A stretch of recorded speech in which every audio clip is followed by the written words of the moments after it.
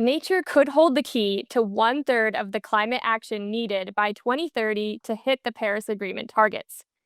But reaching that potential depends on effective implementation, and that's where international cooperation and carbon markets can play an important role. Today, we're diving into how carbon markets, like those under Article 6, can turn the power of nature into scalable climate solutions.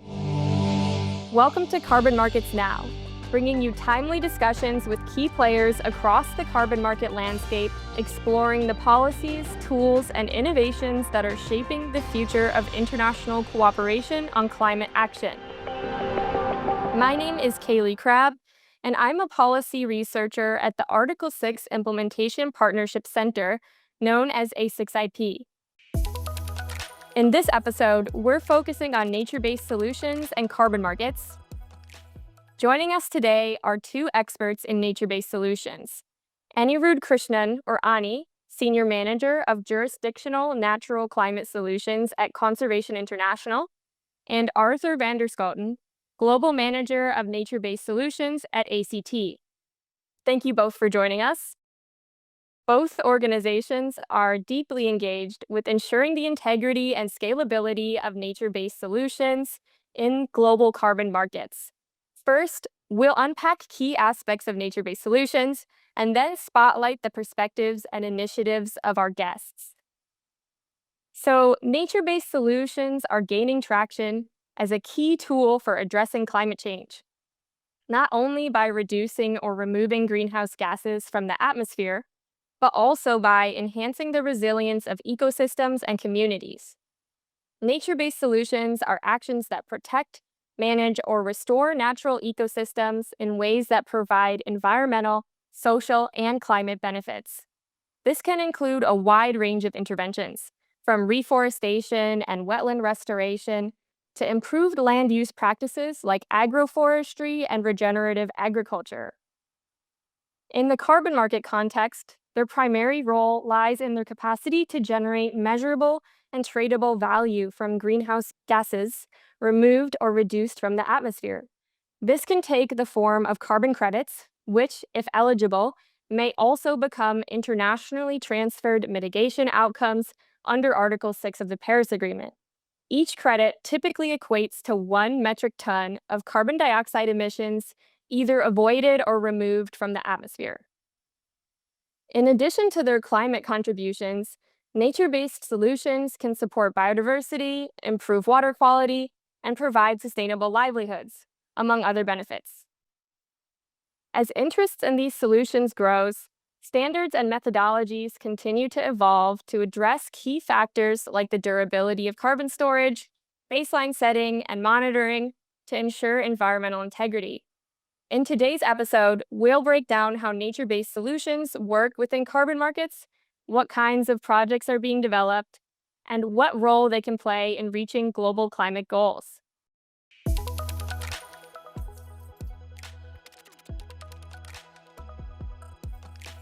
So now, let's turn to our guests. Let's start with the big picture of nature-based solutions in climate action.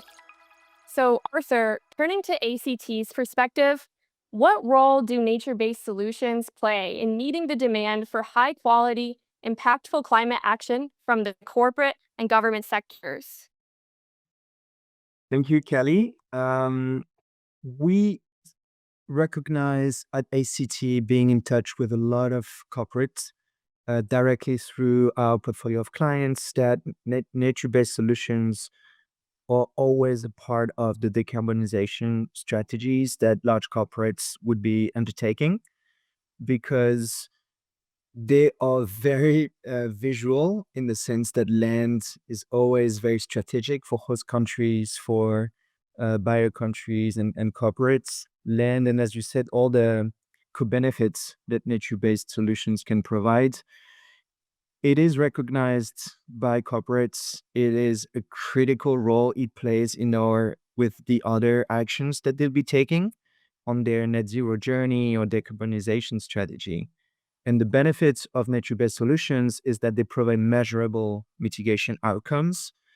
In addition to high quality sequestration values, co-benefits, especially with communities, um, employees, social workers, and all the staff that is involved with this usually large scale projects, and of course biodiversity at a landscape level. What we noticed as well is the trajectory towards higher Article 6 pathway and the involvement of government is that it provides stringent standards and a policy backing to those carbon credits or carbon sequestration that is very much appreciated by corporates. They want to see their contribution recognized, supported, and provide like a science-based targets. I think we are way beyond the greenwashing time. A lot of companies have recognized that this is not possible anymore to just use marketing actions, but they have to use science-based strategies with recognized methodologies and policy support. So that is a real change that we see happening, and that provides a bridge, and we believe a multiplier effect as those corporates engage in sometimes profound changes to the business model, to the way they operate and generate value to their clients, their shareholders. Meanwhile, they can always use these nature-based solutions projects, avoidance or sequestration projects. I think the last point I would like to make is the involvement of government today really shows that there's a support from host countries, embedding those projects within the national accounting, uh, credible registries to avoid double counting, and transparency in the international transfer of credits is what is going to be instrumental in building a proper and functioning international market for carbon credits. And I really see that this is a systemic change that corporates and governments in various countries support and recognize. Great. Thank you so much, Arthur, for setting the scene on this market role of nature based solutions. And Ani, turning to Conservation International, what are Conservation International's kind of core principles for developing nature based solution projects that deliver long term positive impacts on climate, biodiversity, and local communities? Thanks, Kayleigh. It's a pleasure to be here. Maybe let me just start by backing up a little bit to what Conservation International is and what our mission is, because that then feeds into how we think about nature-based solutions and natural climate solutions more generally. So really, from a mission perspective, what we as an organization, as a global NGO in the conservation space, really are striving for is a healthy and prosperous world where societies are committed to caring for and valuing nature for the benefit of people and for all life on Earth, right? And we do that through science, policy, partnerships, and field demonstration and implementation in 30 countries that we're present in with implementation, and over 50 other countries that we work in very close partnership with local NGOs.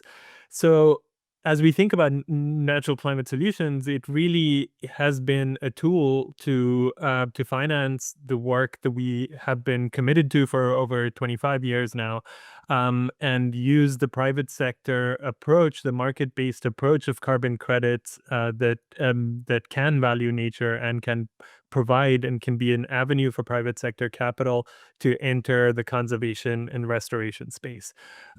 So really the core of our principles for natural climate solutions speaks to a lot of what Arthur mentioned himself. So, equitable benefit to people. So the co-benefits are critical. using rigorous standards for quality of the emission reductions or removals that are verified in ways that are additional to what would exist in the absence of carbon finance, right? And then, finally, on that supply side, also ensuring that these activities align with national policy, with the carbon accounting frameworks of the countries, so that what is generated through projects, through subnational and national activities included, align with what the government has determined as its path. On the demand side, we do have principles as to who we work with. We work with companies that are aligned with the Paris Agreement and do not in other ways undermine commitments made under the Paris Agreement through their partnerships or through their funding arrangements. We work with companies that have disclosed their emissions and are making progress towards those targets, towards their long-term decarbonization targets. And finally, any partner needs to work on or use offsets as part of a broader strategy that is still alongside and increasing their ability to cut emissions alongside those use of offsets. And so these tend to dictate how we work with most of our partners and whose capital we kind of channel into conservation activities that we support either through our own implementation or through that of our close partners. Great. Thank you so much for this insight into Conservation International's core principles.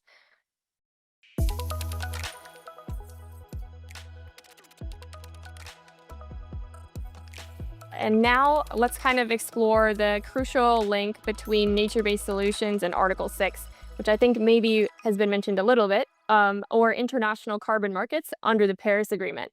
So, Ani, let's go back to Conservation International's work with countries that are hosting projects under Article 6. And what are some of the biggest opportunities and challenges you foresee for host countries, particularly those with significant natural capital, in engaging with international carbon markets under Article 6? Thanks. This is an area very close to my heart. I have worked on policies with many of the countries, many host countries with across the tropical belt, with significant natural capital, like you mentioned. I think the base layer is Article 6, sort of technical readiness, right? The infrastructure for countries, the policies, and the regulatory framework for them to begin to engage in Article 6. Arthur mentioned in integrity through registries. That is a critical piece.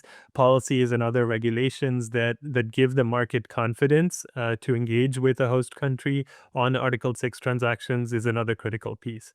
Now, there is another layer that's very specific to natural climate solutions, or to nature-based solutions in particular. So most of these sorts of activities happen in the forestry and land use sectors through a range of activities, right? And that sector and readiness in that sector, in the forestry sector, relies on alignment between the accounting approaches of project scale activities and of whether they are carbon activities or other activities with the national accounting frameworks that exist for the forestry and land use sectors, right?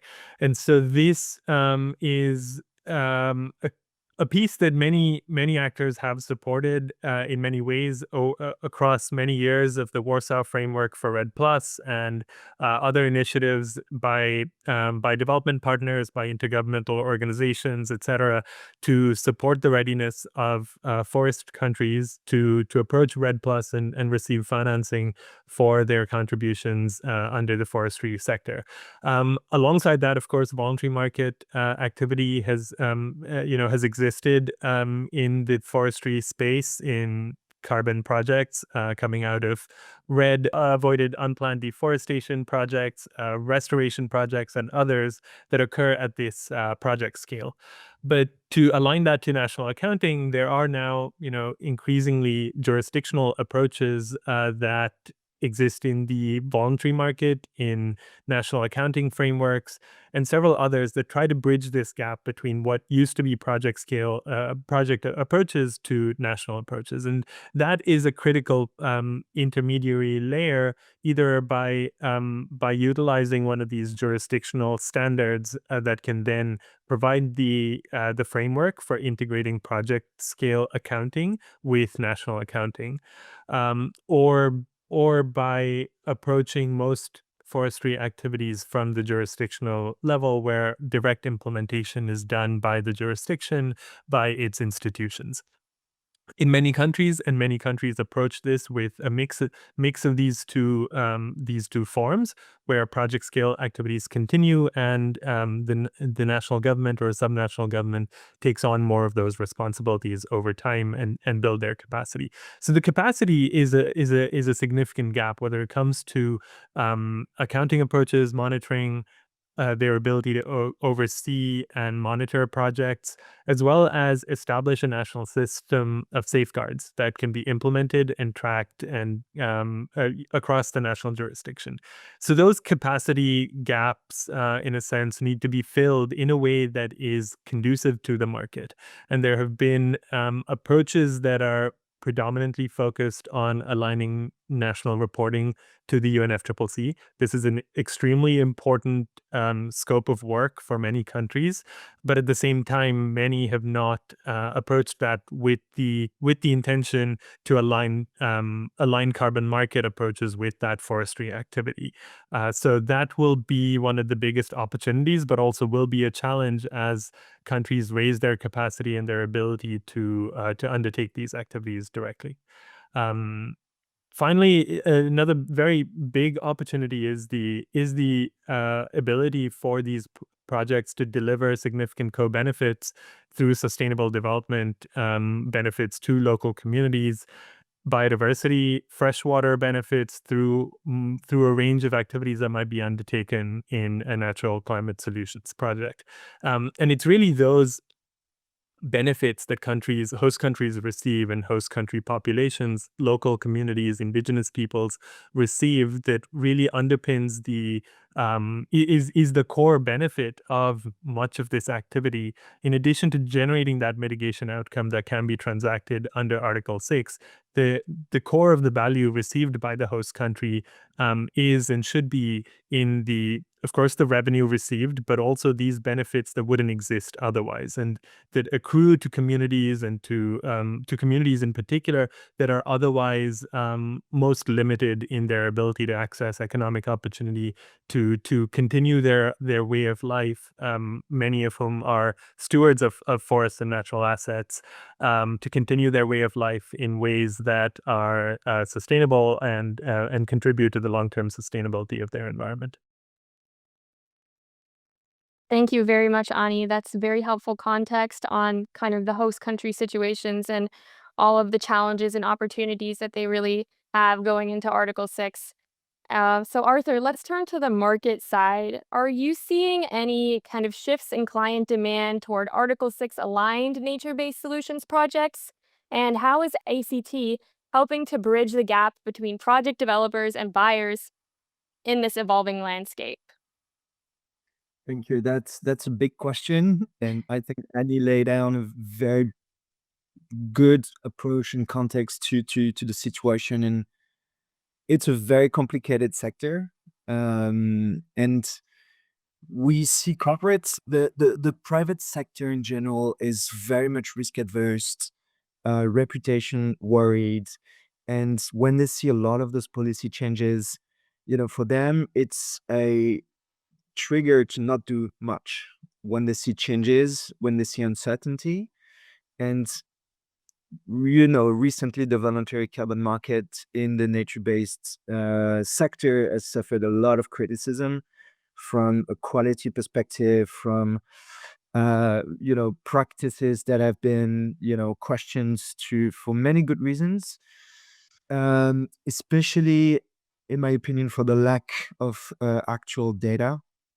And all those things, I think, triggered government at the national but also international level to act and to get aligned on how to avoid these things, but also to make corporates expect more in terms of the design, the quality, and the reporting obligations that those projects have.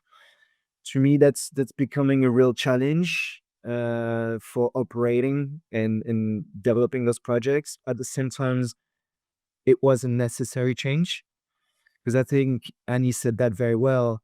Land is strategic.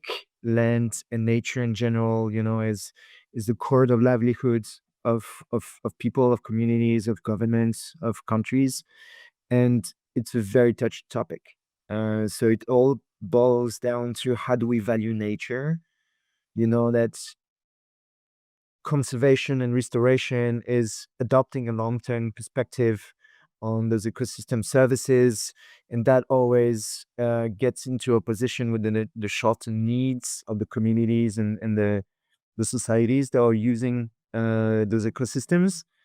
Um, and that is a tough paradox. It's very political. There's a lot of interests involved, and I see those policy changes positively because that will provide, I think, a framework for stakeholders to align on what is the long-term use of my forest resource, of my land, of my agricultural products, to sustain in the long run and adapt to climate change and provides broader solutions for society, and I think for other nations, and get rewarded for it. Because I think, Annie, you said that as well, is how do you bring back those financial incentive for stewardship uh, to the operators, to the societies, to the communities who are using the forest, using their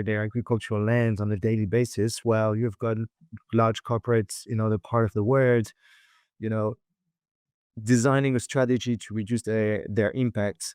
So it's a massive value chain. It's one of the most complicated there is. The role of government is critical, and I feel a lot is changing because the opportunity is massive. The voluntary carbon market, yes, last year I think was less than 1% than what is needed to align with the Paris strategy. So the opportunity is massive. Complexity is high. So for me, there's so much we can do. So many opportunities to really like expand that market, and I like to look at it like like any market. We need rules, we need data, we need transparency, we need regulation, and I think this is what's happening. I really welcome as well the involvement of technology, all these data solutions, satellite imageries. Now we're starting to look at certain DNA in, sampling DNA in soil or in biomass to recognize what type of biodiversity has been, uh, benefiting or existing in this area. That's called monitoring, reporting, and verification. This is one of the most challenging and important elements of what we'll do for this market, and it's extremely costly. So for the government, for corporates, for market operators, that is always a big challenge.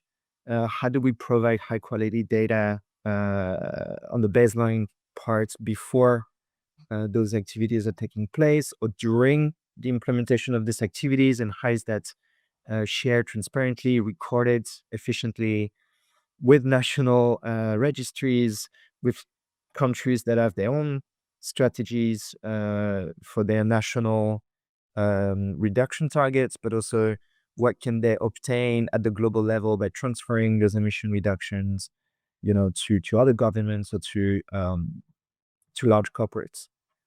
So big opportunity, and what ACT does in this market is trying to provide, to be a facilitator. A lot of clients of ours come to us with questions and asking for solutions. They need help to navigate that ecosystem. It's evolving, it's changing. We spend a lot of time monitoring policy changes, monitoring technology changes. Also on the voluntary side, I think something that I'm also very much welcoming is I think the voluntary carbon market and the compliance market are going to merge. And I would welcome that and support that ambition so that operators can use one high quality methodology type and offer solutions to all type of participants. Um, and this is exactly what we do. We're trying to match interests, improve quality, improve understanding, support methodology changes, because a lot of governments as well like struggle to understand the complexity. There are requirements. They want strong methodologies for accounting the carbon reduction, carbon sequestration. Sometimes they don't know how. They need help. They need support from market operators. So I think that's what Conservation International does, what ACT tries to do as well. We're trying to make sure things happen on the ground. I think that's the key word that all of us want and need is how can we make action happen? Because there's appetite and interest from everywhere. There's opportunity, there's need. How do we make that happen? Great. Thank you very much for providing these additional insights into the complexities in this space and that kind of demand side perspective and what clients are looking for.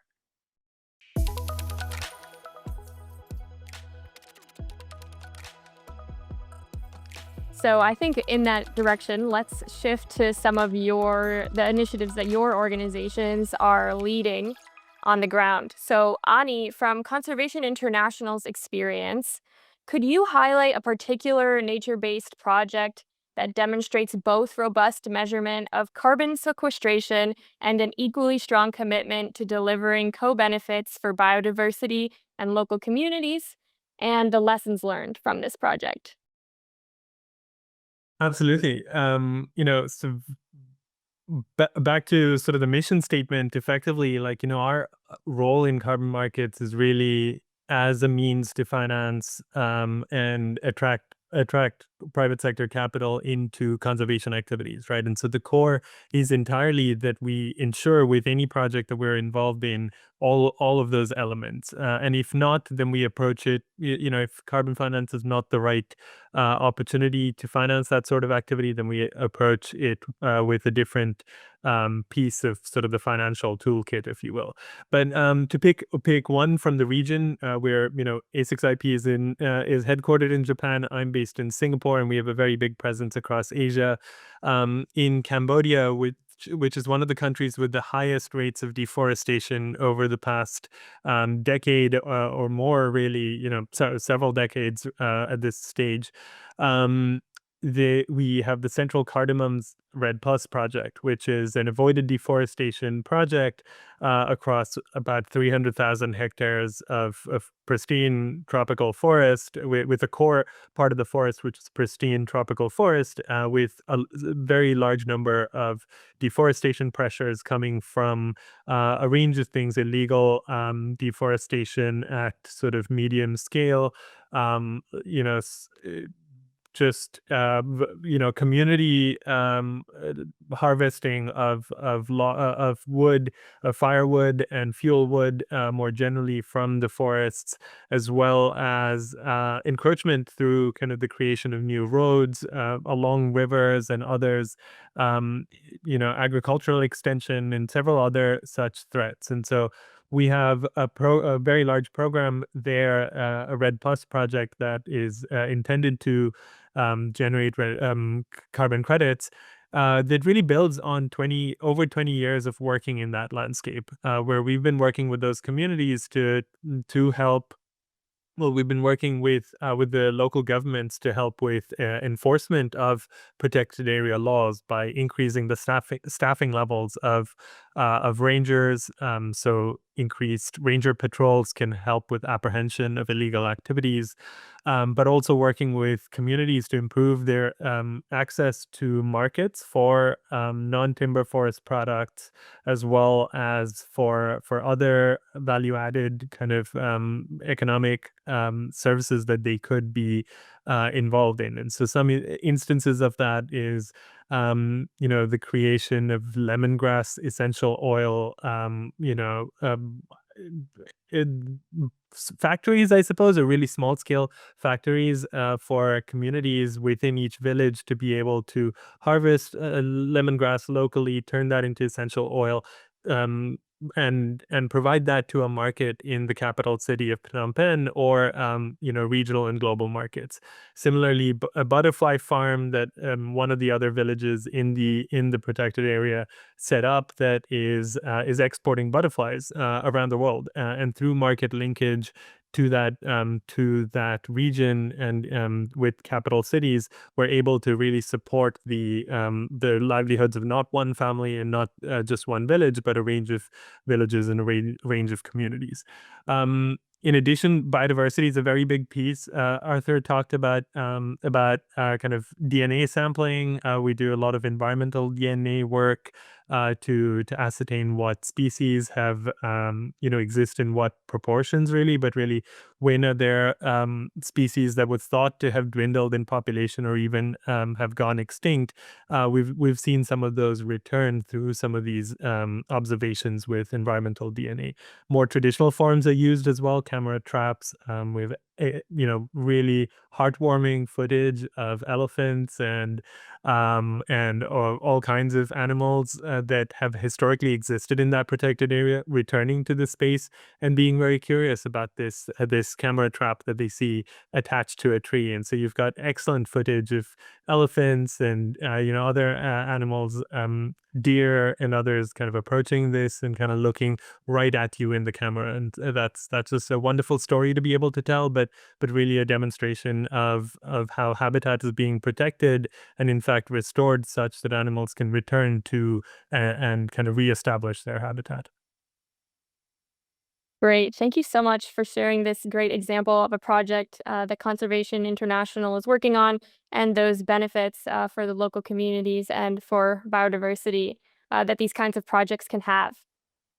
So, Arthur, turning to your experience at ACT, how does ACT's platform and expertise help a company engage with its suppliers to integrate nature based solutions? And can you share an example of how this has led to measurable emissions reductions for a client? Thank you. Um, we work with a supply chain decarbonization program that combines a carbon data platform via green project technology and hands-on supplier enablement. So the idea here is data, again, to collect data and engage clients to, first of all, understand their own value chain. It is the scope one, scope two, scope three, GHG accounting first. So this is the first very important tool that we provide to our client, is understanding their own value chain. And we help them onboarding their suppliers across the world, because that's the second issue, is the complexity of this value chain is often too much also for those clients to operate alone, and they need support and technology support to also onboard those clients, educate them, train them on the best policy, on the best practices, on the data collection. So that's something that we help a client doing. And concretely, that brings to the auditable scope 3 emissions. That can be then converted into action, either directly at the company level by implementing decarbonization programs, suppliers engagements, to embark on the journey to reducing their own emissions. Sometimes the advice is also to switch suppliers, to either switch to renewable energy program or purchase renewable energy certificate, work with suppliers who have been engaging with sustainability strategy. I have to say, it's the technologies and the tools are there. What's often missing is the engagement, because obviously that has a cost, and a lot of corporates are very, very price sensitive. And it's often a challenge that we're facing, that the companies who are truly involved and embarked on this journey will do everything they can. A lot of other companies are not ready, or maybe it's a situation at the moment, complex economic international situation that prevents a lot of corporates to truly, implement the changes that they would like to implement. However, when things everything is in line, that can truly lead to concrete changes and auditable emissions on the end of the value chain. The complexity is also often to find the right partners on the ground, because corporate might have the tendency of minimizing their risk and dealing with nature projects, uh, carbon projects, the way they deal with the other procurement and suppliers. And nature is long, complex, and patient. So projects, on the other hand, sometimes struggle with corporates to truly engage because changing practices on the ground. So we've been working concretely with like beef producers in Brazil, um, changing from traditional extensive pasture that has tremendous impact on forests. It's extensive, it's cutting the trees, burning, expanding the deforestation, is unproductive, but it's the only solution that those farmers have. While some of these corporates would be looking for sustainable beef, not deforestation beef. And for that, you need to make tremendous investments on your pasture lands, implementing, fencing solutions, rotation grazing, restoration, putting silvopasture, planting trees. That are the costs that represents an investments that will not necessarily materialize automatically with sequestrations or biodiversity impact. And there's a bit of a mismatch here that I think is the challenge, and is what we're trying to explain and support our clients with, to really help them understand and embark on those transformational changes. Thank you very much for this explanation of kind of where the market is at with this and your support for these companies, for these corporates.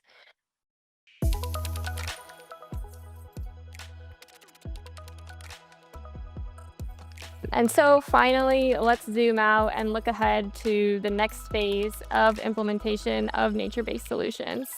So, Arthur, let's look towards the future of market trends with a bit of a big question.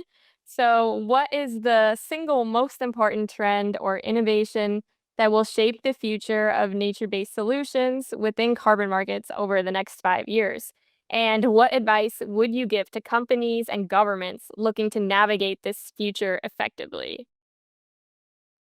Big question. The single one would be indeed, I think, the operationalization of Article 6 protocols, Article 6.2, 6.4, that will support the globalization and the commoditization. I know it's a bad word, but of the carbon emission units. Uh, that will enable and catalyze investments and interventions for nature-based solutions. This is critical, to provide the safety and the security for players to operate. My advice to participants in this market is patience. Um, Things take time, policy changes, but if things are done right, choosing multiple co-benefits on the ground, uh, involvement of multiple stakeholders at the project level, at the subnational level, at the national level, with a strong governance system, science and data, we can get there. And it will not be so complicated as well to transition to better program, better solutions. I know corporates, governments are worried and sometimes defer concrete actions waiting for the market to structure itself.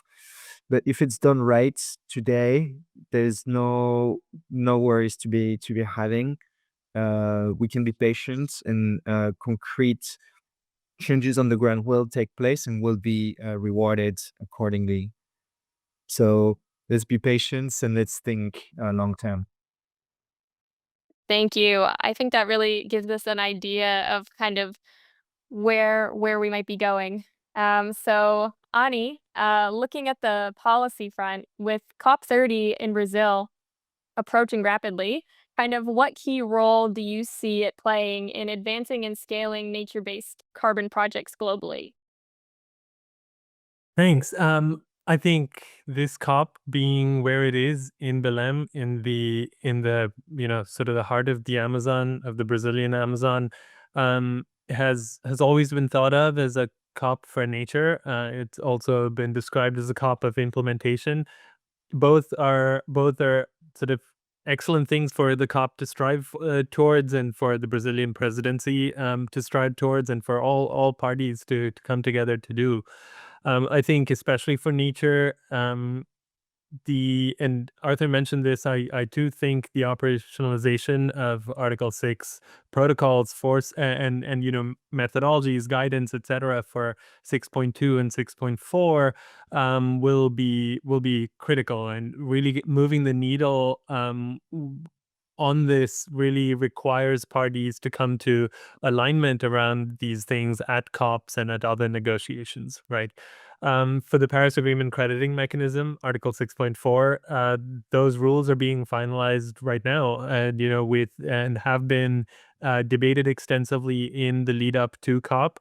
And at COP, standards will be adopted that will dictate what methodologies and what criteria are used to evaluate methodologies, and then in the future projects that will be eligible under that mechanism, right? And so we really have an opportunity at this COP to guarantee that this Paris Agreement crediting mechanism provides a level playing field for credits from a range of sectors, including nature. And currently, the baseline setting and the addressing leakage standards that have been proposed could use some work to be able to really promote the role of nature. And so it's very much my hope that the parties kind of take the opportunity to, while in one of the strongholds of nature in the Brazilian Amazon, take the opportunity to make markets work for nature, especially at the level of the Paris Agreement itself. I think far beyond that, there's a massive financing gap to really implement climate solutions, natural climate solutions, and others at the scale that they need to be. And so the $1.3 trillion finance goal really needs to see significant commitments come together in Belém and soon after. And so I really think this can be that opportunity. And there are already many initiatives like the Tropical Forest Forever facility being one of them, and many other initiatives that have come together around this COP presidency that can move the needle on that. Thank you so much, Ani, for providing this kind of background on the opportunities for COP30 to really advance for nature and for climate more generally. And thank you both for sharing your valuable insights into the principles and practicalities of high integrity nature based solutions. And I think a major key takeaway I have from this discussion is really that nature based solutions offer incredible potential for climate, biodiversity, and community impact. And realizing this potential requires rigorous standards and policy alignment with the Paris Agreement, such as Article 6, to help ensure that these solutions enable high integrity emission reductions and removals. And we have heard today about the encouraging efforts underway, both at the rule setting and practical implementation levels, to build trust and unlock the full potential of nature based solutions in international carbon markets. So, thank you both so much again for joining me today for this insightful conversation. To learn more about A6IP, Conservation International, and ACT, please see the link in the description. And if you enjoyed this episode, please Please subscribe to Carbon Markets Now and follow A6IP for more insights into the evolving world of international carbon markets. I'll now briefly provide a few of the latest updates on Article 6 and carbon markets. Countries are continuing to submit initial reports to the UNFCCC. The initial reports of Honduras, Sri Lanka, and a second submission from Japan and Thailand now appear in the Centralized Accounting and Reporting Platform, known as the CARP. Now, in total, 18 initial reports appear on the CARP, and 12 of those are currently pending technical expert reviews. Additionally, the Article 6.4 supervisory body adopted the standard addressing non-permanence and reversals in October. And finally, the 2025 edition of the Paris Agreement Article 6 Implementation Status Report has been released by the A6IP Center. This annual publication provides a comprehensive snapshot of global readiness and progress in implementing Article 6, including Article 6.2 guidance, bilateral agreements in Article 6.4, independent standards, private sector perspectives, and the interlinkages between Article 6 and NDC 3.0s.